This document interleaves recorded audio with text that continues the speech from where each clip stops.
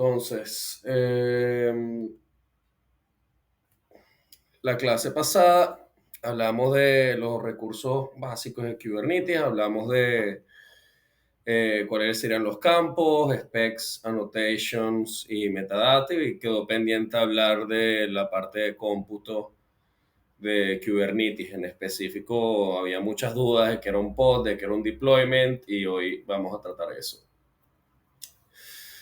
Entonces, los pods, la pieza principal de todo lo que es Kubernetes, toda la arquitectura de clúster, ya que su objetivo fundamental, uno de ellos es administrar los contenedores, y esta es la pieza mínima desplegable en un clúster y puede tener uno o varios contenedores. Ya veremos luego con qué patrones y diseños podemos tener para organizar los contenedores en un pod. Y bueno, usualmente puedes tener un solo nodo, pero si tienes varios, los pods se van a repartir entre varios nodos. Los nodos vienen a ser máquinas virtuales realmente. Y también, aparte de contenedores, pueden tener varios volúmenes adjuntos que realmente estarían adjuntos al nodo en el cual está el pod. También tienen una IP que se asigna de manera aleatoria cada vez que se levantan. Esto es lo específico porque he visto casos, lamentablemente, de ingenieros que piensan que las IPs del pod son estáticas y duran para siempre, y ponen un dominio, un registro o alguna configuración hacia ese IP hasta que el pod muere y se vuelve a levantar, que esa es la idea de los pods, que sean efímeros. Y, y nada, pierdes ese IP y ya la conexión está perdida. Entonces, tatúense eso en alguna parte de, no, las IPs del pod son temporales, son aleatorias, son dinámicas y jamás la debería tener en cuenta para hacer ningún dominio o redireccionar alguna ruta. Entonces, los specs de un pod son bastantes y primero los podríamos clasificar por los campos de container que definirán y parametrizarán cada contenedor del pod, sea un contenedor normal, containers, un contenedor de inicialización, init containers, que es un contenedor que comienza antes de la ejecución del pod. Eso también lo hablaremos un poco en patrones de diseño mononodo. Tienes un image pool secret que te permite descargar de registros privados. Nosotros hablamos de registros Docker y realmente también está la posibilidad de que usualmente en una empresa tú quieres que sean privados, no lo vas a tener de forma pública, abierta al mundo, y eso te permite descargar un token o usuario y contraseña, lo que necesitas para descargar esos contenedores. Los volúmenes se definen en el campo de volúmenes como una lista. Eso es lo que se monta en el nodo, se comparten entre ellos el volumen o algo, un disco realmente. Tiene los campos de asignación, y esto ya en unas clases indagaremos más en esto, pero se trata más que todo de elegir cuál es el nodo con node selector o a partir de labels, de las etiquetas que vimos la clase pasada.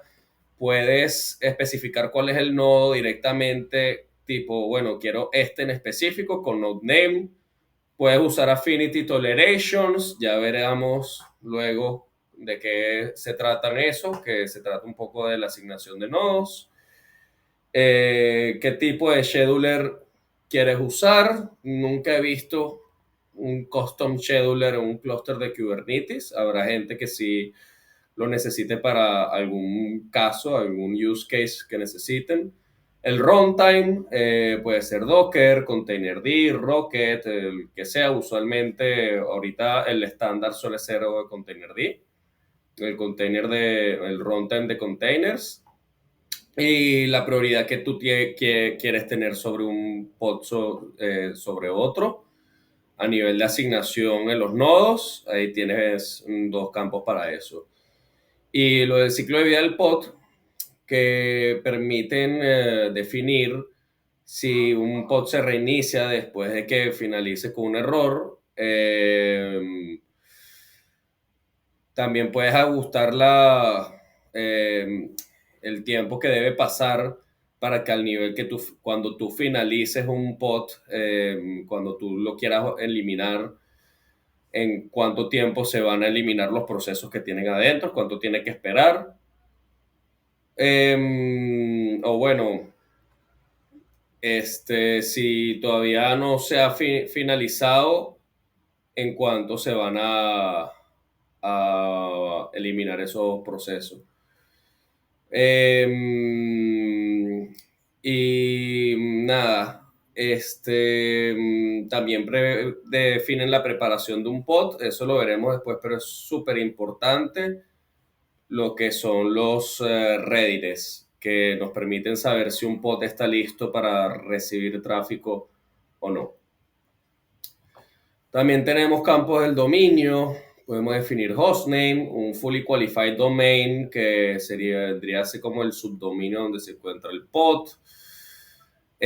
Podemos agregar aliases, podremos agregar configuraciones de DNS, política de configuración de DNS. Podremos hacer cosas a nivel de la tarjeta de red. A nivel del host, podemos definir un host network, el nombre del proceso, el IPC, si van a compartir proceso si van a compartir los procesos del dominio. O sea, bueno, cosas súper especializadas a nivel de red que yo no he llegado a ver a nadie trabajar con eso al día de hoy. Service account, súper importante porque tú quieres otorgar a veces un permiso a un pod. Siempre Kubernetes da un defecto de lo que puede hacer un pod por sí mismo, pero a veces tú quizás querrás que un pod opere sobre la API de Kubernetes o sobre otra API, por ejemplo, como la de la nube, y ahí es donde tú le defines un service account. Y Security Contest define atributos de seguridad y permisología a nivel de Linux. Mira, esto solamente puede acceder root, esto puede acceder Pepito, Mengano, a nivel de pod. Puedes separar también specs de dos maneras. Una es el runtime. Y a nivel de containers, ya a nivel de specs de container, ya pasando una capa más adentro que la del pod, dentro de los propios containers, cada uno va a tener su spec y podemos separarlo en dos partes. Uno, los que están relacionados con el runtime, y estos vendrían a ser la imagen, qué imagen vas a descargar, si la vas a descargar, el pull policy, que sería la descarga si no está presente, la vas a actualizar siempre. El entry point, que serían los comandos y los argumentos de este comando que inicializaría en este contenedor. Los puertos, definan la lista de puertos del contenedor a ser expuesto. Las variables de entorno, que ya veremos unas clases que en la clase siguiente, cómo las podemos definir. Pueden ser directos por puedes referenciar otros recursos que tienen que ver con la configuración, config map y secrets. Los volúmenes, si vas a montar contenedor por medio de volume mounts, por medio de volume devices. Relacionados con el sistema como tal de Kubernetes, en los recursos, eso súper importante, indagaremos más en eso en una clase que viene, que es definir los requerimientos y límites para los contenedores, cuánto de CPU, cuánto de RAM. Los de ciclo de vida parametrizan qué mensaje de finalización va a tener en lo que termine el pod o tengo un error con termination path y, y el sondeo para comprobar si está activo, que es el liveness proof, que es para comprobar, bueno, mi pod está funcionando como yo estoy esperando y le puedo mandar tráfico. Una cosa es readiness, que es bueno, ya se inicializó, ya comenzó, y liveness es, bueno, sigue vivo, todavía está operando correctamente. Usualmente deberías definir las dos. Y el security context, puedes definir estos mismos atributos de seguridad como puede hacer a nivel de pod, pero ya a nivel de contenedor. Bueno, en este contenedor yo voy a ejecutarlo como usuario tal, permisos tal, etcétera. Y campos de debugging, que son súper especializados, rara vez los vas a querer usar. Qué tipo de entradas y terminales puede tener. Y bueno, una simple definición de un pod. En esa página tiene muchas más definiciones. Un pod, que sería el namespace, ahí debería estar sin mayúsculas. No sé cómo se metió ahí, pero namespace. Acuérdate que todo deberían estar en un namespace con tenedores, como tal el spec del pod y los contenedores que pueden ser varios. Realmente tú nunca, o bueno, muy rara vez, usualmente nada más para hacer shells y pruebas, vas a querer ejecutar un pod por sí mismo.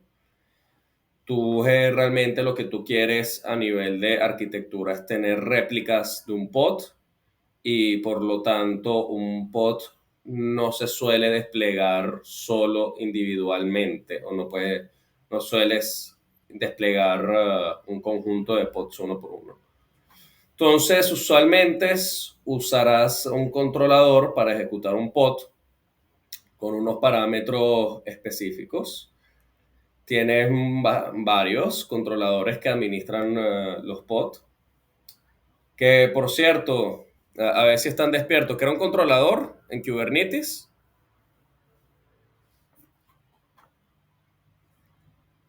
¿Aló?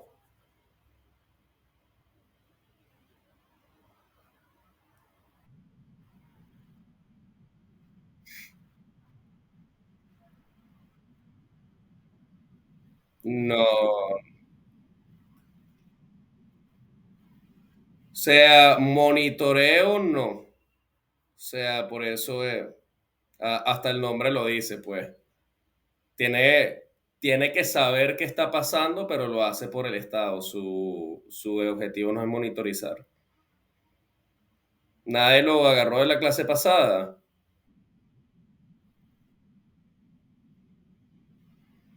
Sí, pues, o sea, como en control, tú quieres controlar algo, quieres controlar el estado de algo.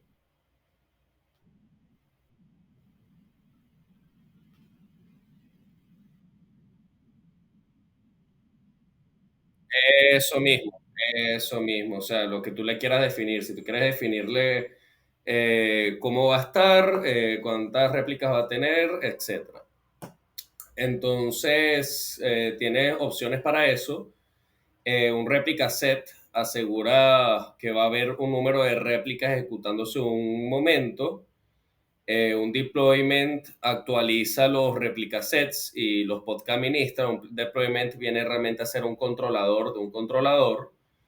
Un stateful set puede verse como un deployment que también se encarga de recursos conectados como volúmenes o el ID del pod. Eso ya lo veremos cuando veamos la clase de persistencia. Daemon set se asegura que todos o algunos nodos estén ejecutando la copia de un pod, que por cada nodo hay un pod o por ciertos nodos hay al menos un pod.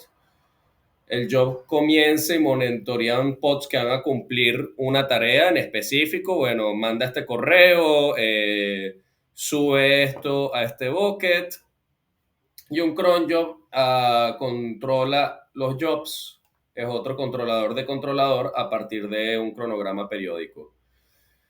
Entonces, un replica set contiene los siguientes campos.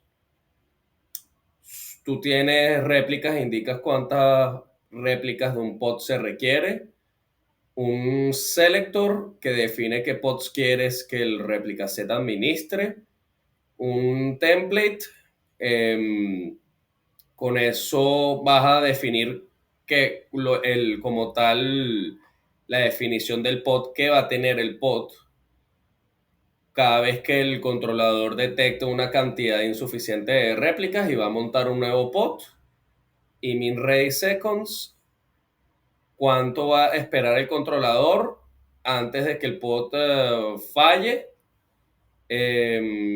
para considerar que está ready. Oye, ya este pod está ejecutándose ya por 10 segundos. Mira, ya este está ready, está bien, ya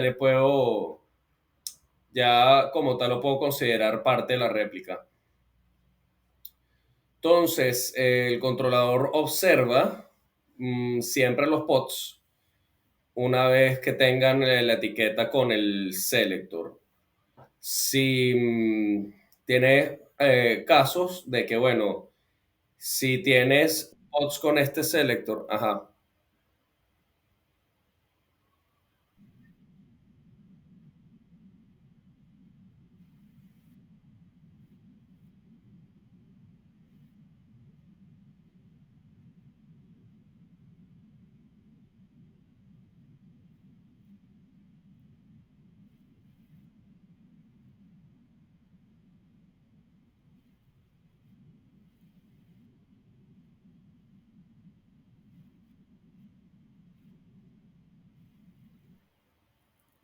Nosotros vamos a ver eso con más detalle ya en la clase de disponibilidad y escalabilidad, pero al fin y al cabo lo que tú siempre quieres en un sistema distribuido es la opción de tener cómo escalar y eso es lo que te dan los pods. Entonces los pods a veces se ejecutan en un solo nodo con de determinados límites de recursos.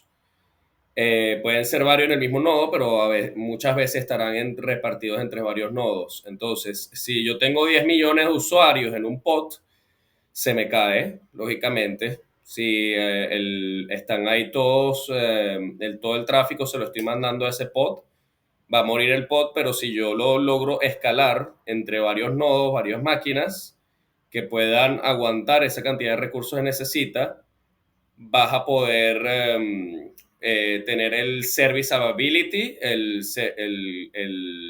Service Level Objective, en realidad el SLO, que tú quieres para tu aplicación, dependiendo de la carga que tenga. Entonces, bueno, en este caso para eso están los replica set y por eso los pods tienen una etiqueta que los pods los genera con replica set con etiquetas que van a permitir que este controlador vaya y esté observando siempre esos pods y eso va a tomar decisiones a partir de lo que esté pasando. Entonces, si hay una cantidad de pods con la etiqueta mayor que el de réplicas especificadas, si tú le diste, bueno, dame 5 y hay 6, van a haber pods que sean finalizados para satisfacer el número de réplicas. Y no necesariamente estos pods tienen que ser creados con el replica set, nada más tienen que tener la etiqueta que tú le defines en el replica set. Y si tú tienes un menor número de especificado de réplica,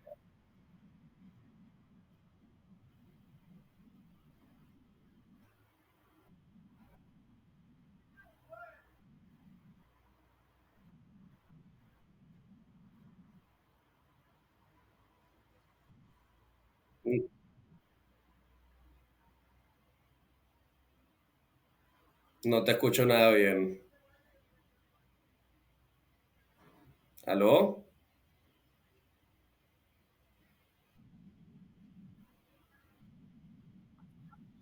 Sí, vamos a hablar de eso a lo largo de la materia a nivel de redes. Es que la idea es que no ocurre. No ocurre en la misma computadora, son varios nodos, son máquinas virtuales distintas. Tú los tienes repartidos en una computadora, ese es el punto de tener un sistema distribuido. Puedes tenerlo en una misma computadora, pero usualmente cuando tú tienes un solo nodo, un clúster de un solo nodo, eso, eso suele ser nada más para temas de desarrollo. Entonces, si tú tienes un menor número especificado de réplicas que el que tú necesitas, se van a crear nuevos pods usando el template especificado para satisfacer este número de réplicas. Y por esto, para que un réplica set no caiga en un bucle infinito y te cree y vaya a crear y crear y crear pods, tiene que ser un pod seleccionable para el selector especificado. Tienes em,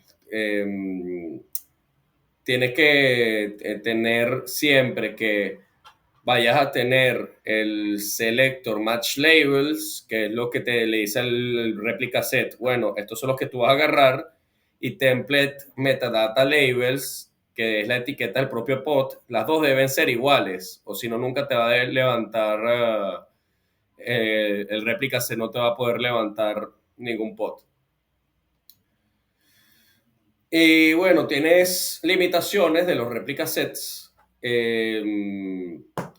de ellos es campo selector, que vas a seleccionar es inmutable.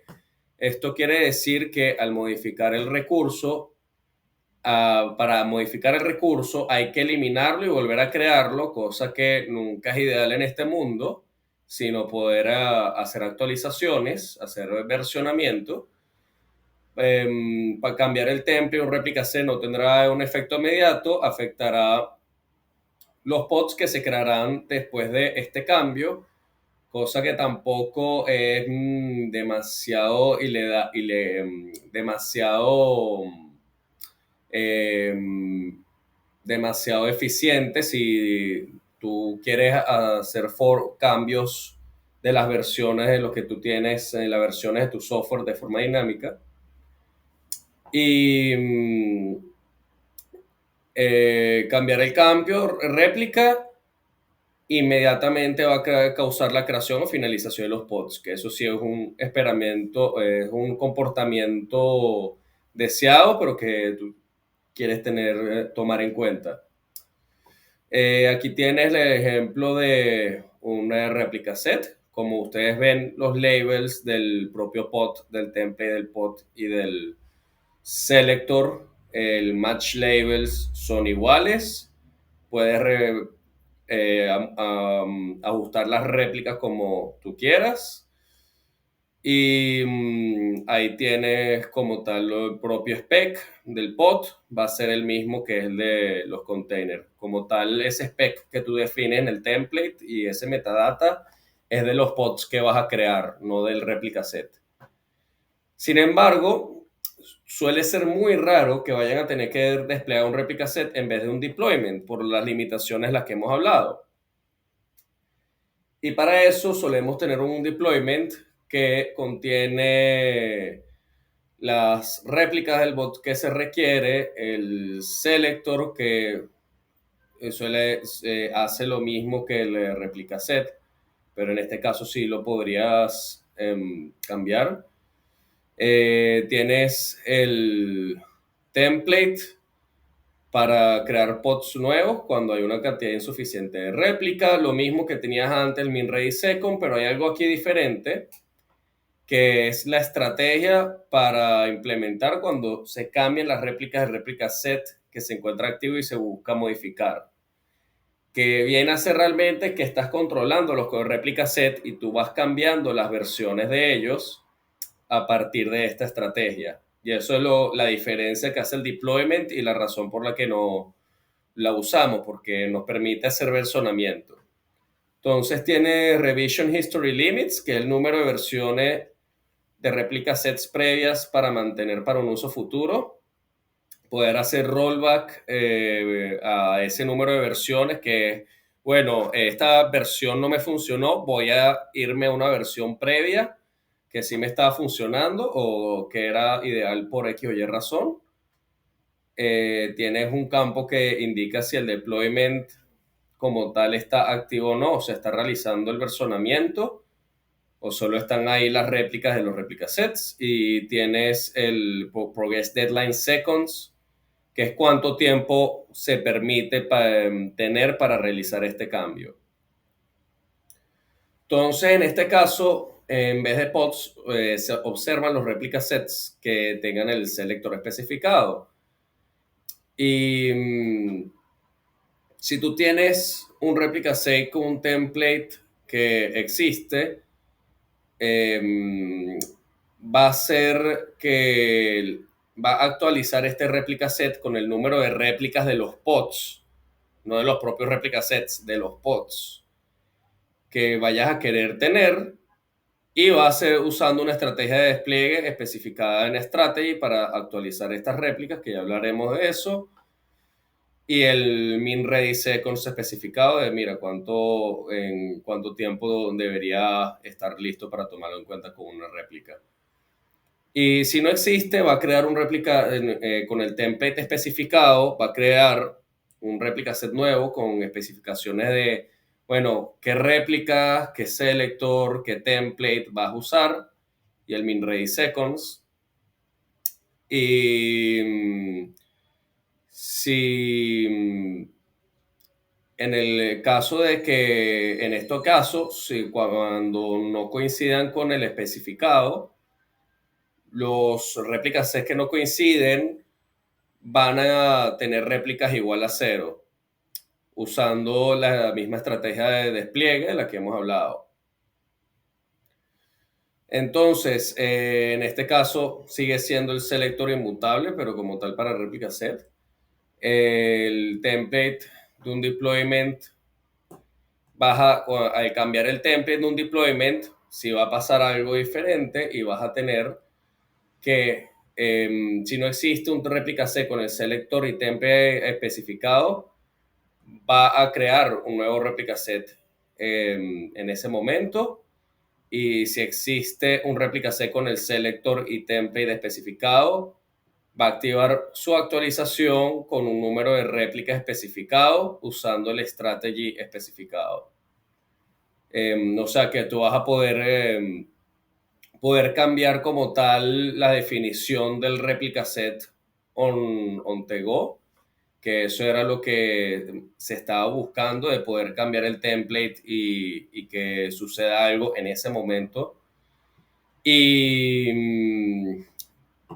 luego lo que va a hacer al final es definir en cero el número de réplicas de otros réplica sets, que es como estamos hablando, que si encuentra otros réplica sets que no tienen el template que se espera, los va a llevar a cero, los va a eliminar. Cambiar estos valores, lo que es réplicas y min ready seconds, actualiza inmediatamente el valor correspondiente a réplica set. Entonces, otra vez un comportamiento esperado que queremos que cree réplicas en ese momento y también que vaya a cambiar la definición de los pods en ese mismo momento al hacer un cambio. Entonces, bueno, lo que como estamos diciendo, el controlador de un deployment va a administrar réplicas C, uno por cada versión del template de pod que tú vayas a tener. Hay un tema de versionamiento. El que tenga activo tendrá un número positivo de réplicas. Las versiones que no estén activas serán cero, no tendrán réplicas. Así podemos cambiar las versiones del pod, irnos para atrás, irnos para adelante con el rollback y el update, aprovechando esta funcionalidad. Allí tienen un comando que pueden aprender a usar para cambiar versiones, que es el rollout. Y aquí tienen un esquema general de lo que estamos hablando. El deployment controla un replica set y este replica set controla una serie de pods. Y lo que hace el deployment es tener guardadas las definiciones de cada versión de cada réplica set, depende de cuánto tú setees que guarde, y poder alternar entre, bueno, versión uno va a estar activo, versión 2 va a estar activo o versión 3 va a estar activo. Entonces, tiene diferentes estrategias para realizar esta actualización. En el número de réplicas entre las versiones, un réplica set. Tienes primero la de Recreate, que es como la más simple, pero la que no se suele usar al mismo tiempo, porque bueno, simplemente desciendes a cero todas las versiones de la versión actual y en lo que todo esté muerto y todo esté detenido, el nuevo réplica set va a tener las nuevas réplicas. ¿Y cuál es el problema? Que entre que está muerto la parte de la versión previa y en que se va levantando la versión nueva, hay un tiempo en el que no hay servicio, no hay nada y no te va a llegar tráfico, no va a funcionar la aplicación, lo que suele causar problemas en la mayoría de los casos. Lo bueno es que te ahorra plata, te ahorra recursos. No vas a tener que ejecutar pods previos y nuevos en paralelo. Versiones nuevas y viejas no se ejecutarán simultáneamente, entonces no tienes dudas de a cuál versión estás accediendo al acceder a la aplicación. Pero mientras tanto, lo que suele usar usualmente es el rolling update, que es más avanzada, es la que viene por defecto y es la que lo que nos permite tener un cambio sin downtime. Y nos permite actualizar de una versión previa a una más reciente al descender y escalar réplica sets y poder exponer pods a servicio. Ya veremos después, es difícil, esto es una materia que tiene dependencias entre sí, o sea, es imposible verla una sola sentada. Los servicios van a enviar tráfico a los pods y cuando estén en estado ready, que van a permitir que reciban tráfico, y cuando está ready lo defines en un readiness proofs, que viene a ser un comando que dice, bueno, este pod está disponible. Ya veremos más en detalle lo que son los servicios y los readiness proofs en las clases que vienen. Y bueno, tomen en cuenta que si no declaras esos readiness proofs, puede haber un riesgo que el pod reciba tráfico y no esté inicializado, no esté listo. O sea, que el tráfico vaya a morir prácticamente. No vaya a haber nada del otro lado del cliente. Entonces, el proceso de un rolling update es que aumentas las réplicas de las versiones más nuevas y cuando esa réplica está en ready, tú le añades los endpoints en los servicios por medio de otro controlador, que tú dices, bueno, ya esto puede recibir tráfico. Y mientras tanto, lo antiguo lo vas a marcar como not ready y se eliminan los endpoints y dice, bueno, esto ya no va a recibir nada y se detienen estas réplicas. Va a hacer esto paralelamente. Entonces, con los campos Max Search y Max Unavailable, puedes tú tunear, puedes ir configurando qué es realmente lo que quieres. Si tú quieres, bueno, que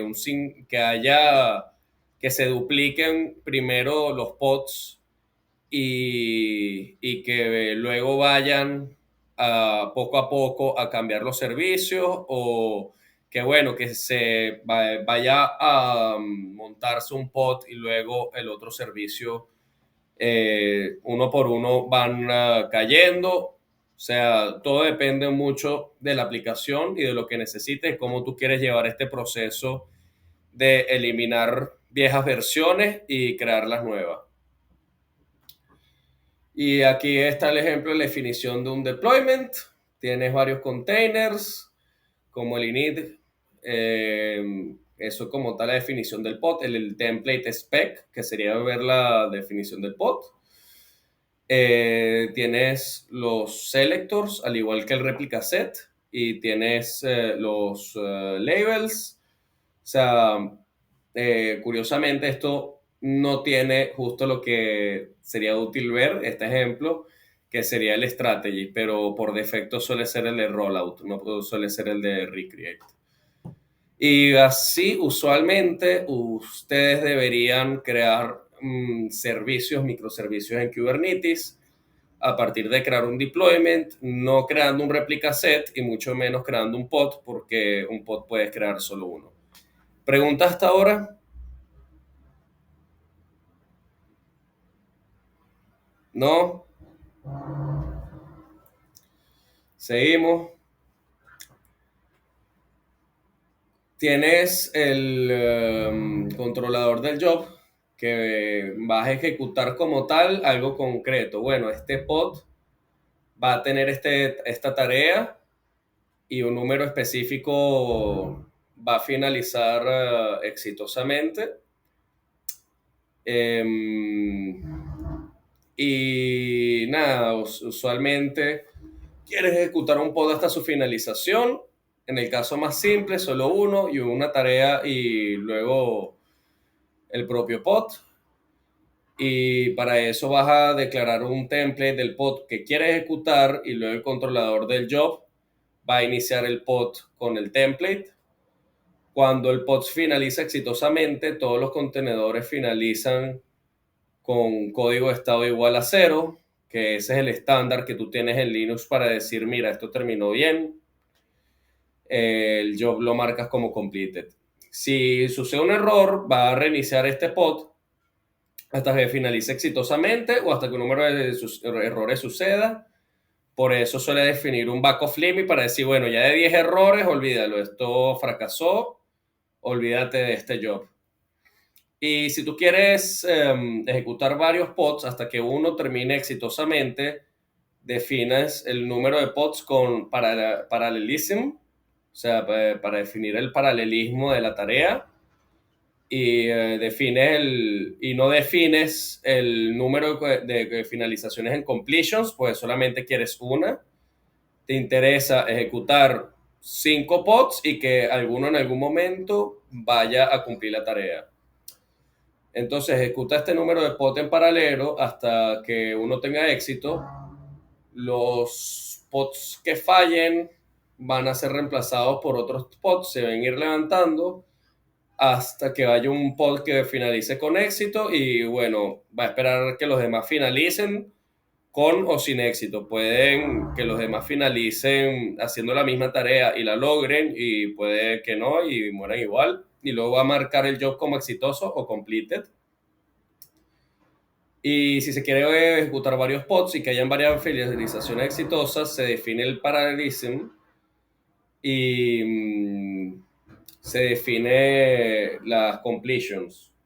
¿Cuántas finalizaciones tú quieres? Pero de todo caso, el controlador tiene una función especial que lo que se ejecuta en paralelo nunca va a pasar la cantidad de finalizaciones. Si tú defines parallelism en 6 y completions en 4, vas a comenzar con 4 pods y cuando uno finalice con éxito, más bien lo va a bajar a 3 porque ya solamente necesita 3 pods que se completen y eso que se finalicen y eso es lo que le interesa. Aquí tienen un ejemplo. Tienen el comando como tal, mira que esto es lo que yo quiero ejecutar en el spec como tal del pod, el template del pod y solamente, bueno, este es el job, esto es lo que yo necesito. Le puedes agregar los otros campos, pero el ejemplo más básico, pues. Y un cron job puede ejecutar los jobs de forma periódica siguiendo un cronograma. Lo que hace realmente es controlar los pods y hacer que se ejecuten por medio de una agenda, de un cron. Al crear un template, campos requeridos en el spec son los siguientes. el job template, que es la definición del job que quieres ejecutar en forma periódica, y el schedule, que es la especificación del cronograma en cual se va a ejecutar el job en formato cron. Tienes el concurrency policy, que te va a permitir hacer un job nuevo cuando uno previo todavía se está ejecutando. Puedes permitir varios valores de pues, jobs ejecutándose al mismo tiempo. Puedes decir, no, mira, ya uno se está ejecutando, este nuevo no lo voy a ejecutar, o decir, bueno, el que ya se estaba ejecutando lo voy a cancelar y voy a ejecutar uno nuevo. Y un campo suspend, que te permite, bueno, me interesa mantener el job que tengo allí, pero no quiero mantener el cronograma, así que voy a deshabilitar el cronograma de manera temporal y luego lo activo cuando necesita. Y bueno, ahí tienen el formato de lo que se debe ser el cronograma, y como tal es un formato de crontab, eso lo usan todos los sistemas Linux. Pueden hasta jugar con esa página para crear crontabs. Y aquí tiene un ejemplo, cómo está agendado. En este caso, si no me equivoco, que yo tengo mala memoria con esto, va a ser cada minuto, si no me equivoco. Sí, cada minuto va a ejecutar esto, y, y nada, cada minuto va a lanzarte el job. Y eso es todo. ¿Preguntas?